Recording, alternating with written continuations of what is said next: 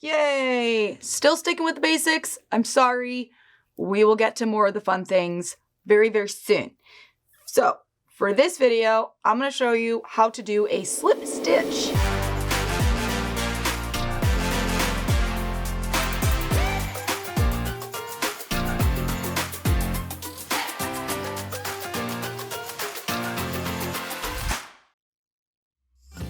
So the slip stitch is the shortest of stitches across crochet.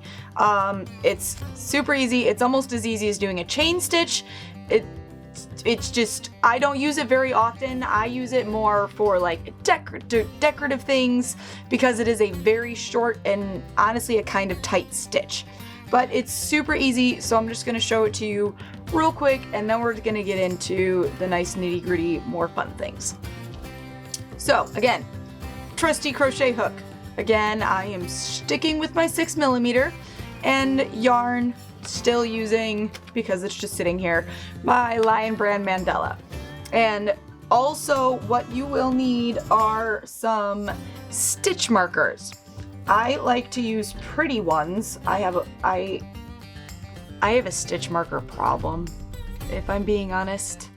Maybe I'll show you guys my collection one day. I have a lot. Anyways, for the sake of teaching you guys, I'm just gonna use some basic plastic little clippy-do ones that you can get at any yarn shop, Joann's, Michael's, anywhere that sells crochet things, you can find these stitch markers. So I have my starting foundation of 10 stitches. Now, what I want you to do with your stitch markers is I want you to put a stitch marker into the very last stitch of your row and the very first stitch of your row. And I want you to do this, especially if you are just learning and just starting out, because having these stitch markers in that very first stitch and that very last stitch is really going to help you know where your rows start and end and help you keep those edges nice and even and nice and straight. Now that you've got your stitch markers in place, go ahead and insert your hook back into your loop, and I want you to chain one. This chain one doesn't mean anything. It is simply a turning chain. So just by giving that, it gives you the allowance to turn your work without all of your work getting twisted or anything like that. Now into your very first stitch, and again, we marked it with the stitch marker. Into your very first stitch, I want you to insert your hook and pull up a new loop. And then at the same time, that same loop that you just pulled up, I want you to pull it through the loop that you had on your hook. And then go ahead and remove your stitch marker. Let me get untangled. Remove your stitch marker and now place it back into that new stitch that you just made. So again, the stitch markers are going to help you keep nice, straight, even edges. And then go back to your work. So you just made your first slip stitch. You can see it's like very short, very small stitch. So again, you're going to insert your hook into your next stitch. You're going to yarn over. You're going to pull that loop up, but you're also going to pull it through the loop that you had on your hook. Again, that's insert your hook into the next stitch, yarn over, bring that new loop through and through the loop that you had on your hook. So as you can see, I now have 3 finished slip stitches, and the other thing is it kind of puts it on the front of your work. This is a great stitch if you're wanting to try and get some texture, some design looking stuff in your projects.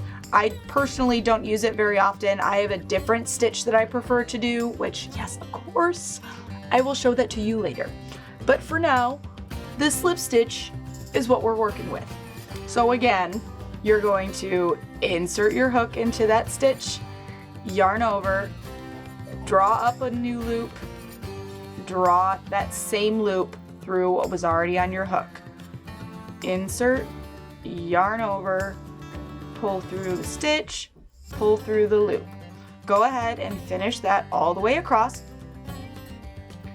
And that will be the end of how to do a slip stitch. Like I said, it's super easy, nothing too crazy, and you're it. So now I've made it to the end of my row. So I'm going to insert, yarn over, pull that loop up, and pull it all the way through.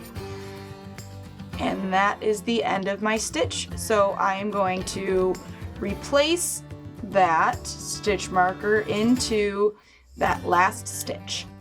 And there we go. I have finished my very first row of slip stitches. Like I said, as you can see, they sit on the front of your work. Like I said, I don't super prefer it, but it is what it is. It's still a stitch that you should know because certain patterns do require the use of slip stitches. But there you go. So from here, the next video, we're gonna have way more fun. So make sure that you are subscribed so you don't miss anything coming in the future. If you have any questions, comments, concerns, just wanna say hi, drop it in the comments. And of course, you will find links in the description for all of the fun tools and everything that I've used in my video. Beyond that, have a good one. Keep practicing. Remember, patience. Don't let yourself get discouraged. This is a lot.